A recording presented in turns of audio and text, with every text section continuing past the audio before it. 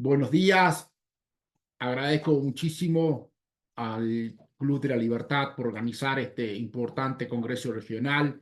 Agradezco la invitación a este Congreso Regional de Economía que más que regional, cada día tiene una mayor injerencia a nivel nacional y en los aspectos fundacionales de la idea de la libertad y de cómo promover la economía tanto a nivel local como a nivel global. Y para eso han sumado importantes expositores de carácter internacional con un objetivo más de ver cómo Argentina y la región nordeste es capaz de insertarse a nivel global. Sin mucho más, voy a hacer una presentación que consta de tres partes. Una primera parte donde voy a hacer una introducción global y cómo está la cuestión macroeconómica. Una segunda en la cual voy a mencionar muy poco de Argentina porque hay muchos expositores de Argentina, para lo cual no tendría tanta relevancia que yo le dedique tiempo a eso. Y una tercera parte en la cual voy a estar conversando sobre algo que soy muy apasionado, que es sobre mi provincia y sobre la economía correntina y sus perspectivas. Sin mucho más, voy a utilizar una presentación para que me ayude. Esta presentación, como decía, tiene algunas partes y la primera es hablar del panorama global. Se espera un importante crecimiento económico global. El crecimiento económico global se estima entre 2023 y 2025 entre 3,2 y 3,3%, y esto está acompañado por una notable empuje de las distintas partes de las economías, como las economías desarrolladas, como la economía emergente. Las economías desarrolladas están más cerca de 1,7, 1,8, mientras las emergentes están en torno entre 4,2 y 4,4. Vemos que hay un nivel de crecimiento que es razonable. Esta fuente es el Fondo Monetario Internacional. Consideramos que dichos niveles son buenos y que todo esto debería darle continuidad al ciclo. En la próxima página vemos el crecimiento a nivel país. Hay mayor heterogeneidad. Puse Estados Unidos, Canadá, Latinoamérica, Argentina, Brasil y México. Naturalmente el más volátil es Argentina, pero lo interesante es que tiene una posición un poco más destacada hacia el año 2025, mientras el caso de México y Brasil están entre 1 y 2%. Generalmente ambas economías le falta un poco más de tracción para tener un crecimiento acelerado. Que eso lo podemos hacer en otro congreso y en otra oportunidad hablar de ese tema. Pero en lo que ahora nos concierne es preguntarnos en qué momento estamos del ciclo global. El ciclo global anterior duró 134 meses. Este ciclo yo no tengo ningún motivo por el cual debería durar menos. Recordemos que el anterior se interrumpió por la pandemia o si no seguía. O sea, tenemos bastante tiempo por delante en términos de ciclo. He estado insistiendo en diversos foros que la economía es mucho más resistente a los embates de lo que era en el pasado, y también en ese sentido los bancos centrales y los gobiernos son mucho más cuidadosos en términos de cuántas reducciones de tasas hacen, cuántos incrementos de tasas hacen y cómo ponen algún nivel de moderación en torno a los movimientos de capitales y también a lo que son las políticas fiscales, aunque las políticas fiscales han sido bastante, yo diría que eh, activas, ¿no? Dentro de lo que es la tasa de desempleo, acá ponemos el caso de Estados Unidos, de nuevo vemos tasas de desempleo que están en los niveles no muy lejos de los mínimos de 70 años, 4,1% versus 3,2% que fue el mínimo del año 2022. Creemos que esto no debería repetirse sin niveles de tan bajas tasas de desempleo, pero todo esto significa que los niveles de empleo, que si bien son indicadores un poco atrasados, están en las condiciones necesarias para que haya ingresos, para que continúe el gasto. Y en igual sentido, cuando vemos qué opinan los gerentes de compra, los gerentes de negocios y de las áreas de servicios también, y vemos que en este último pedacito, este indicador PMI, que es un indicador de los empresarios, vemos que en Europa se está recuperando, vemos que en Estados Unidos está un poco no muy estable y en el caso de China también hay una recuperación. Estos números demuestran que en realidad las percepciones respecto al futuro no son malas, no están lejos de 50 y se están recuperando.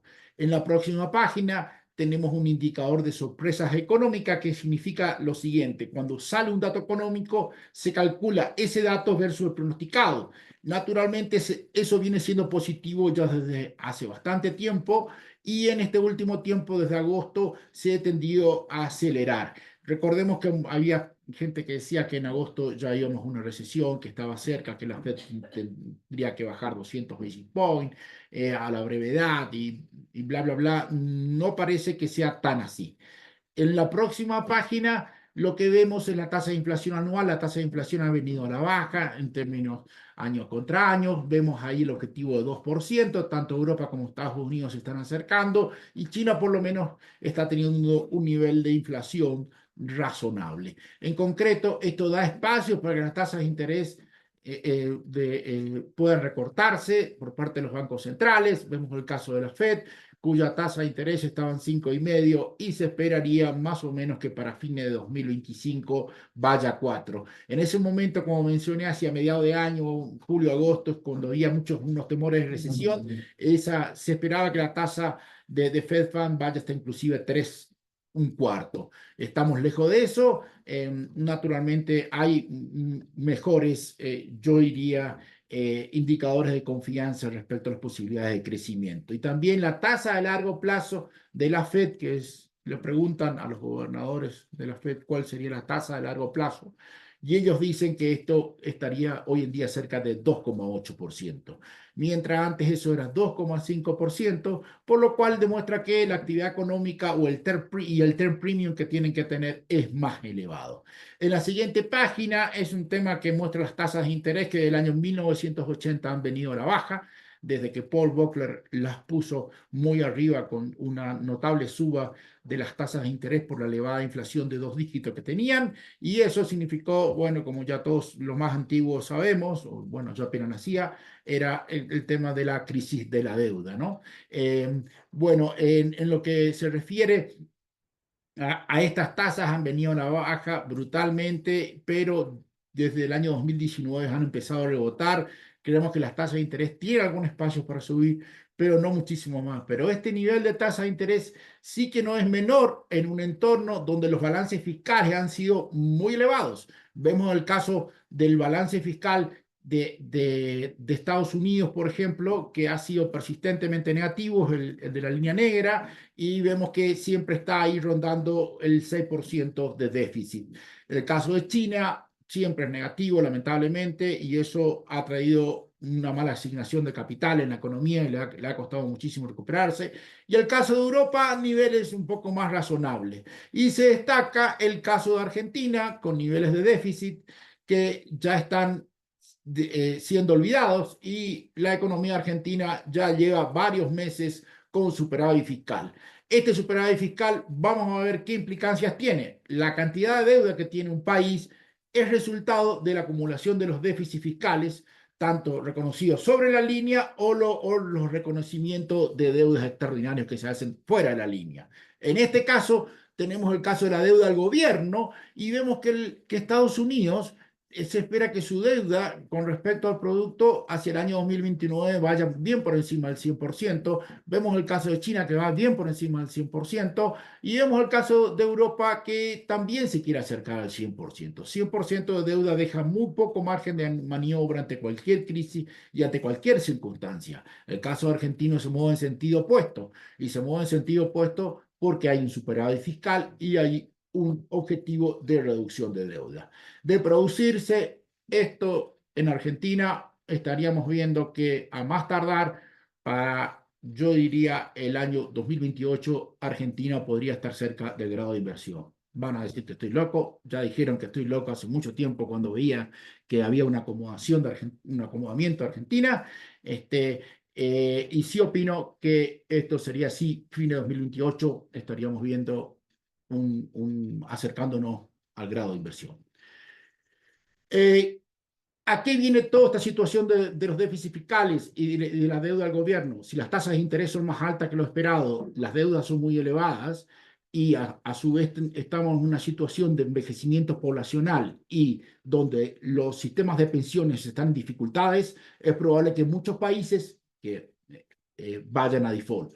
De hecho, sin la situación del envejecimiento poblacional y de los problemas de pensiones, estamos viendo muchos países periféricos que están yendo a default.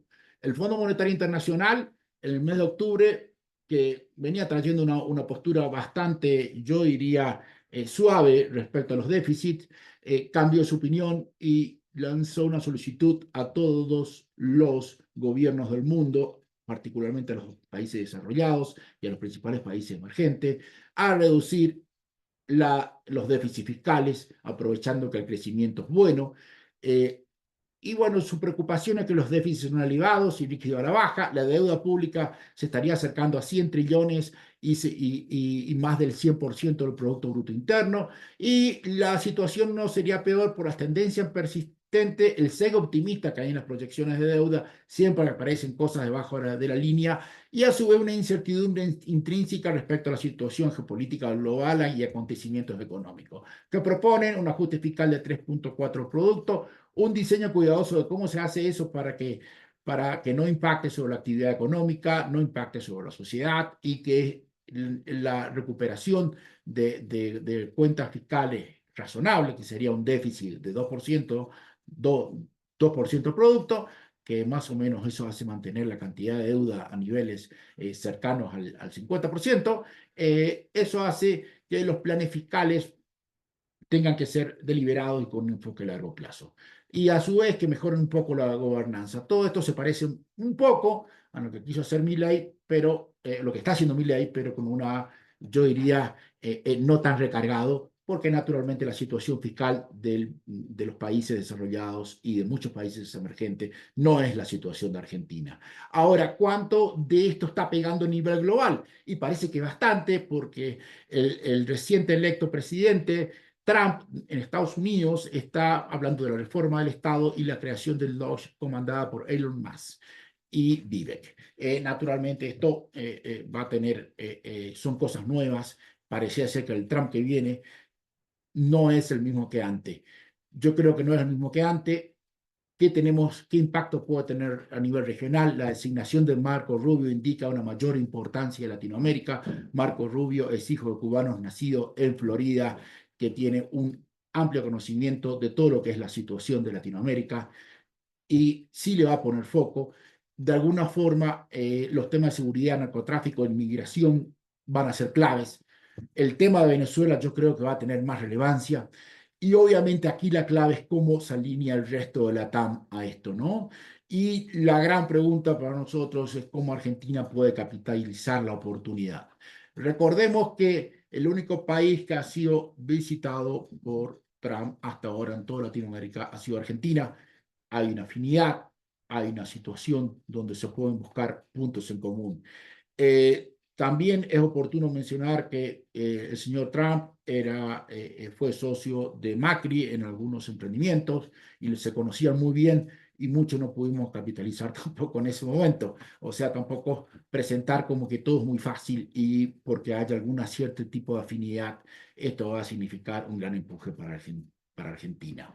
En lo que respecta a temas globales, es parecido al Trump 2016-2020 y yo creo que no, para mí no, aprendió, es reloaded, tiene muchas capacidades diferentes, hay mucho conocimiento, hay una visión inclusive que yo diría que menos agresiva y particularmente con China yo creo que va a ser medido lo que van a hacer más allá que el nivel de discurso desde Trump y que ha sido elevado la agresividad con China o la posición respecto a China serían las palabras correctas. Biden la ha mantenido y yo creo que la innovación la va a traer Trump con algo nuevo. No tengo claro qué, pero sí siempre es impredecible, así que vamos a ver cómo viene.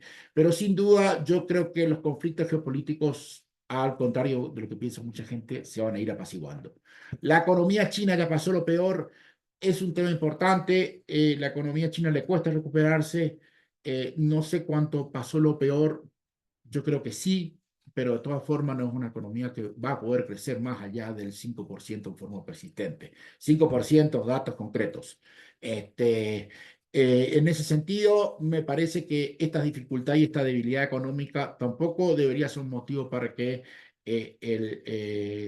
Trump intensifique sus ataques, o el gobierno de Estados Unidos intensifique sus ataques, porque puede afectar la estabilidad del crecimiento global. ¿Los aranceles pueden afectar el crecimiento? Sí, sabemos cuando hay una intervención en términos de aranceles, se disminuyen los niveles de comercio global y esto a su vez termina impactando en la asignación de capital y recursos en la economía y eso baja el crecimiento. Eso es así y no se puede cambiar mucho. Eh, ¿Puede generar algunas desviaciones y facilitar esto a Latinoamérica? Puede ser, pero habrá que ver. Puede haber un rebrote inflacionario. Esto es una combinación de dos fuerzas. Por un lado, el impacto que van a tener los aranceles y por otro lado, alguna actividad económica que va a estar un poco más tranquila, la reducción de las tasas y a su vez la tendencia deflacionaria que traen las economías, que en los últimos años ha sido inflación, pero cuando uno mira plazos de 15 años, o de 20, vemos una tendencia a que la tasa de inflación sea más baja y esto naturalmente sería el otro que estaría contrarrestando. Yo creo que sí que va a reavivar un poco la tasa de inflación. Yendo un poco más rápido, los comentarios respecto de Argentina. Lo único que voy a mencionar es que los precios de la soja, el petróleo, el dólar no han estado favoreciendo a Argentina ni tampoco las altas tasas de interés. Sin embargo, el riesgo país ha venido para abajo. Y naturalmente esto no es ni más ni menos que la clave de una política fiscal muy bien manejada. Eh, Aparentemente lo único que tendría a favor sería la relación con Trump y la forma que se están articulando las relaciones globales. Eso sería fuera de lo que es Argentina y en Argentina en lo que corresponde a la visión macro se está haciendo un gran trabajo. ¿Por dónde va en el crecimiento de la economía argentina? Por la minería, el conocimiento, el sector energético, el agro y el entretenimiento. Eh, ¿Cuáles son los temas que yo le dejaría aquí en Argentina? Un tema clave que tenemos que comenzar a pensar diferente, una visión más de mercado. No es el gobierno quien va a fijar el tipo de cambio, no es el gobierno que tiene que fijar todos los precios. Tenemos que pensar que las tasas de interés se tienen que fijar en función de la situación de la economía. Tenemos que ir hacia una visión más de mercado, ¿no? Que no la vemos desde hace 30, 25 años y tenemos esa necesidad para entender cómo funciona la economía, cómo funciona la asignación de capital. Hay mucha diferencia entre el promedio de los analistas en Argentina, qué es lo que piensan y cómo piensa el presidente. Eso genera tensiones y un debate continuo.